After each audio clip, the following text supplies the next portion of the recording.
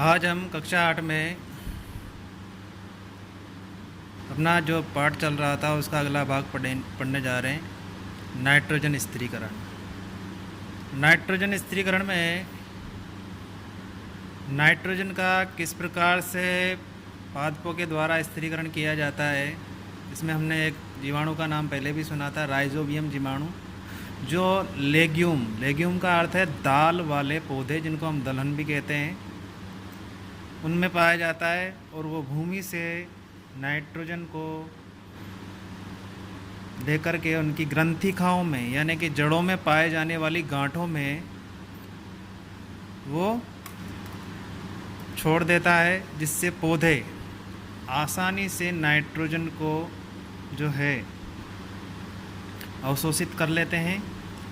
साथ ही सेम और मटर, जो कि एक सहजीविता का भी उदाहरण है, उनमें भी जो है ऐसा देखने में आता है कि वो भी नाइट्रोजन का स्थिरीकरण करने वाले होते हैं। कभी कभी हमने देखा है कि आकाशीय बिजली चमकती है, उसको हम विद्युत तड़ित के नाम से भी जानते हैं। वहाँ भी नाइट्रोजन का स्थिरीकरण होता है। आकाश में जब बिजली चमकती है तो नाइट्रोजन के यौगिक अपघटित किए हुए पदार्थों में से गैसों के रूप में वायुमंडल में जमा हो जाते हैं, और बिजली चमकने के कारण जल व नाइट्रोजन की अभिक्रिया होती है, और वो जल और नाइट्रोजन जो गैस है वो नाइट्रोजन के जो उत्पाद बना करके भूमि पर गिरते हैं। यहाँ हम अब नाइट्रोजन चक्र का अध्ययन करेंगे। हम सभी जानते हैं नाइट्रोजन की मात्रा वायुमंडल में 78% है। सजीवों का ये बहुत ही आवश्यक संगठक है। प्रोटीन, पर्णहरित, न्यूक्लिक अम्ल और विटामिन में उपस्थित होता है। पौधे और जंतु दोनों वायुमंडलीय नाइट्रोजन का उपयोग नहीं कर सकते हैं सीधे रूप में, इनडायरेक्ट अप्रत्यक्ष रूप में इसका उपयोग करते हैं। मिट्टी में उपस्थित जो जीवाणु है, जिसका अभी हमने उल्लेख किया था, राइजोबियम जीवाणु तथा नीले हरे शैवाल, वायुमंडलीय नाइट्रोजन का स्थिरीकरण करते हैं और स्थिरीकरण करके उसको नाइट्रोजन के यौगिकों में परिवर्तित कर देते हैं। जब नाइट्रोजन यौगिकों में परिवर्तित हो जाती है तो पौधे मिट्टी के द्वारा इसका सीधा सीधा अवशोषण कर लेते हैं तथा इसके पश्चात नाइट्रोजन का उपयोग प्रोटीन बनाने में, अन्य पदार्थ बनाने में इसका उपयोग करते हैं। अब पौधे और जंतु दोनों पर जो है नाइट्रोजन यौगिकों की निर्भरता प्रकट होती है। आपने देखा होगा 2-3 बारिश के बाद ही जो है किस प्रकार से पौधे हरे भरे हो जाते हैं, जस्ट गर्मी के बाद। तथा कुछ जीवों में यदि नाइट्रोजन के यौगिक, जैसे नाइट्रोजन के पदार्थ, प्रोटीन वगैरह नहीं मिल पाने के कारण उनमें पोषण जो है अधूरा रह जाता है। तो पौधे और जंतु दोनों ही नाइट्रोजन के यौगिक का उपयोग करते हैं। किसी कारणवश यदि जंतु की मृत्यु हो जाती है, पौधे नष्ट होकर कर भूमि पर गिर जाते हैं, तो छोटे छोटे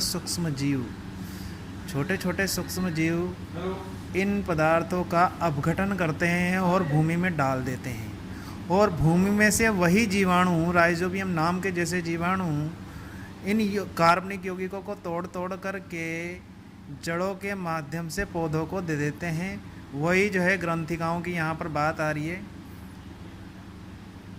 कुछ विशिष्ट प्रकार के जीवाणु नाइट्रोजन को यौगिकों को नाइट्रोजन गैस में बदल देते हैं। गैस में जब बदल जाती है तो वहाँ पर वायुमंडल में पहुँच जाती है।